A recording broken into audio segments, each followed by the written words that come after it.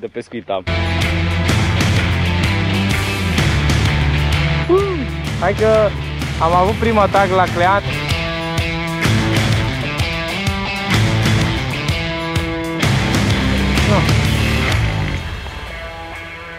Da, pe rotativă. Uite ce s-a întâmplat. Vă salut și bine v-am regăsit la un nou episod. Am fugit rapid, scurt și eficient, sper, pe o apă, singura apă din zonă pe unde sunt acum. Sunt la ai mei, au o casă undeva în Nadăș și am ieșit în apropiere de Nadăș pe singura apă pe care am găsit-o cât de cât limpede. O să vedeți că nu este nici aceasta foarte limpede, dar este suficient de limpede cât să-mi fac eu damblau astăzi. Nu am foarte mult timp la dispoziție, am vreo cam o oră și ceva. Din momentul în care ajung la apă, nu contează asta așa de mult. Vă reamintesc că ajută foarte mult un like, un subscribe, așa că apăsați butonul ăla de like dacă nu l-ați apăsat deja. Abonați-vă dacă vă plac episoadele și haideți să ieșim la pescuit. Mi-am luat papucii de apă, Daroga. Ceasul pe care l-am încărcat, nu știu cât la sută, vreo 30%, pentru că nu l-am mai încărcat de câteva săptămâni. Din cauza că am stat foarte mult la soare, n-a fost nevoie să-l încarc. Este un Garmin solar, așa că ține bateria la el. Dacă ieși afară în natură, te plictisești, efectiv. Ghiozdanul de la Decathlon, care o să zic că îmi place foarte mult. Să știți că nu sunt plătit de cei de la Decathlon pentru a face reclamă acestui ghiozdan, așa că indiferent ce ați spune, nu mă interesează. Să nu te lăsăm aici, amanet. Pun o finețe de lansetă, exact cea care se găsește și la Marele Pescar, ASA 62 ULMF. Faceți abstracții că e de bait casting. Eu așa am cele mai multe mulinete și mi-e mult mai ușor să schimb între ele decât cu cele de spinning. Așa că de aia pescuiesc cel mai mult la casting. Uneori ajută foarte mult și precizia comparat cu lansetele de spinning. No.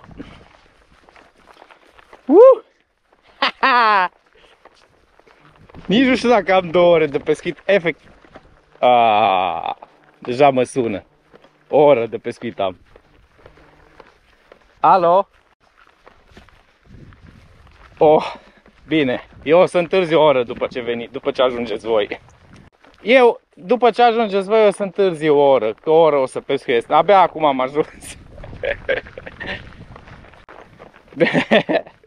Vă mulțumesc că mă așteptați la mine acasă. Voi ajunge și eu ca un oaspete.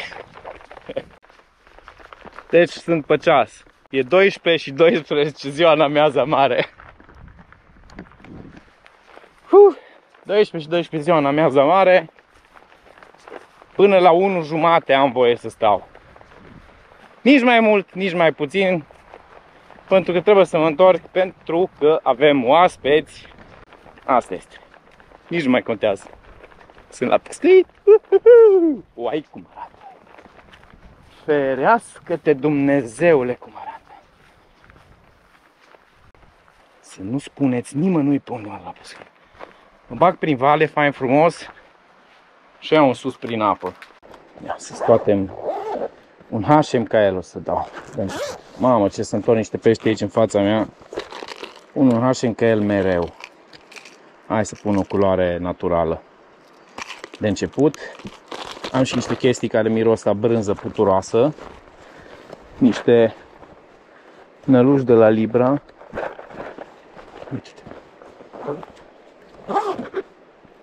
Uai, câți pești sunt aici în fața mea. Câți pești sunt aici în fața mea. Deci, să vedem ce putem face într-o oră de pescuit.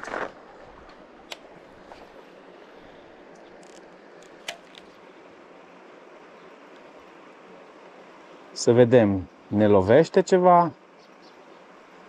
Să cam sperie peștii ăștia. Iar am nimerit o zi în care nu mănâncă. Dar de pește e plin. Deci efectiv e plin. Nu sunt mari clenuții, sunt niște clenuți mici.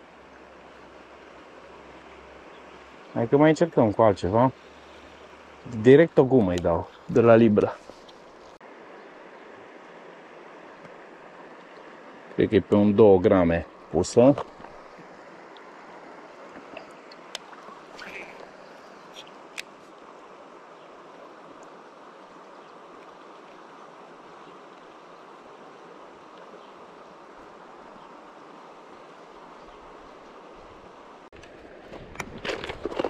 Totuși pun o hairă.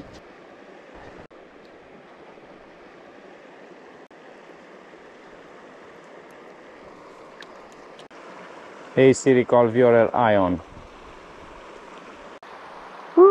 Hai că am avut prima atac la Clean, te sun cam peste ore, ok?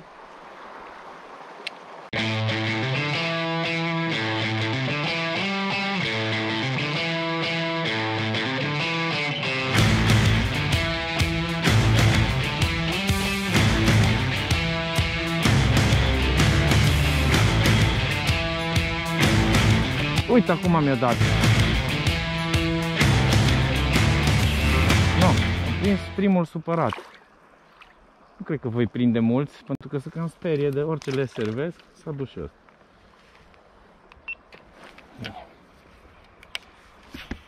Mamă, ce-o dat piticul.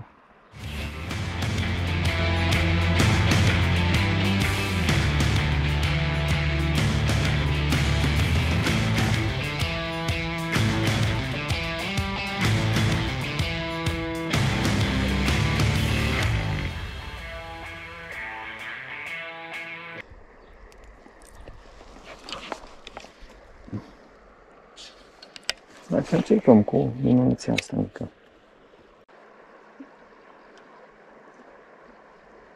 Mamă, ce fain vine asta. Se însează foarte, foarte finuț.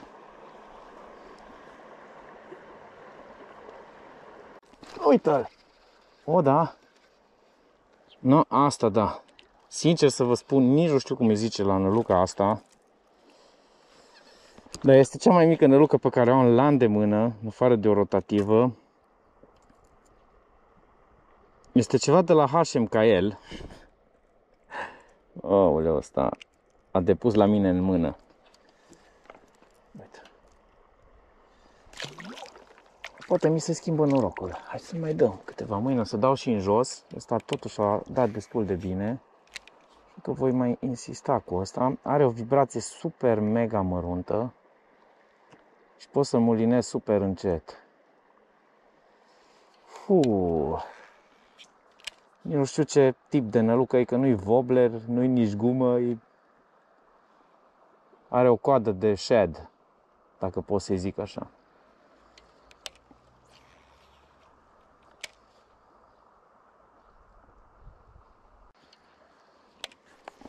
Ce-i drept, nici ora nu mă prea ajută.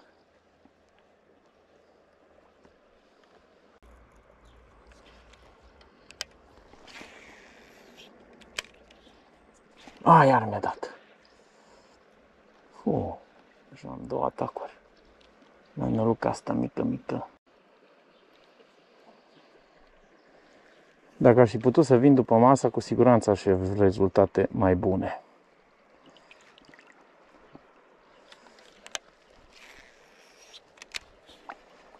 Dar nu este cazul. Sau de dimineață, la prima oră. O să mai revin într-o după masă până aici. Săptămâna aceasta. Asta dacă nu se limpezește Mureșul. Uite, direct în cap i-am dat. Uai, cum pleacă clenii de aici. Să nu mai îmi zică cineva că nu sunt. Hai să i-am speriat pe toți.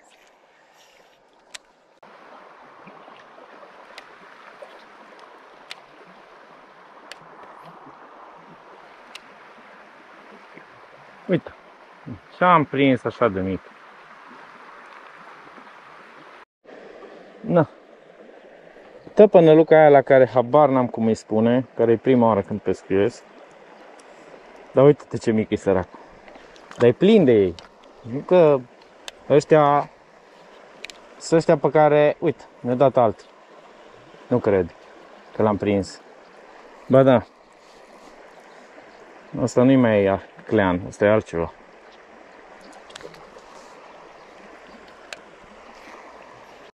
O, haide, și de pește sunt acolo în apă, tot ăștia mici vin după ea.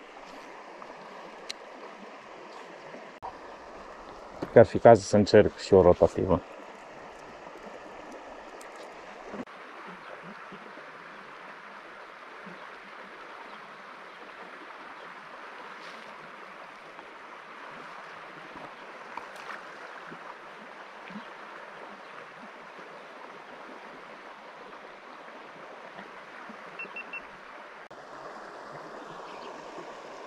No.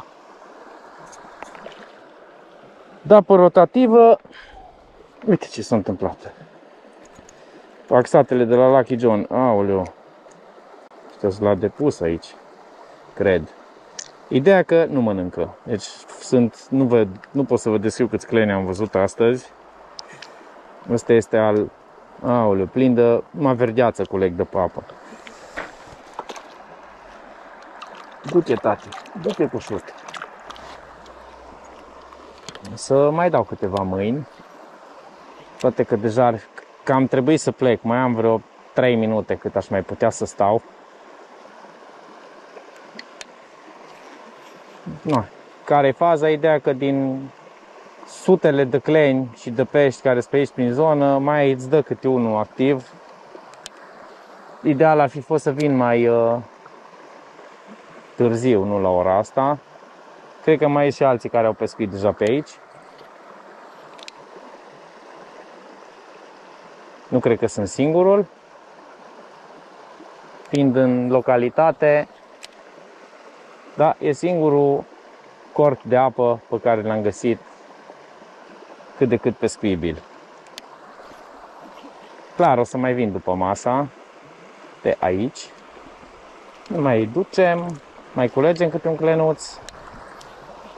Aș mai fi stat vreo oră, dar nu mi se arată să mai stau o oră.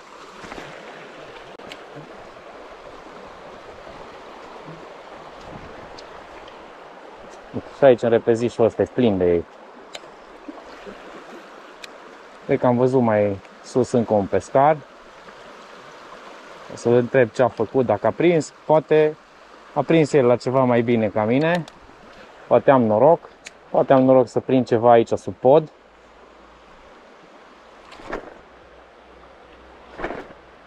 Încă pietrele astea, așa ceva n-ați mai văzut. Ca pe Mureș. Numai pe Mureș, în partea de sus mai alunec în halul ăsta, pietrele.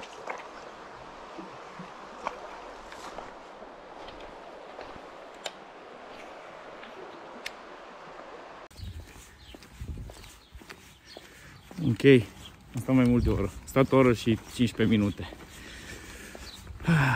Trebuie să mă grăbesc acum. Țineți aproape aici Andrei Sava, să ne auzim cu bine. Fire întinsă și vouă, fire întinsă și mie. Am plecat să fac niște grătare. V-am pupat. Ceau!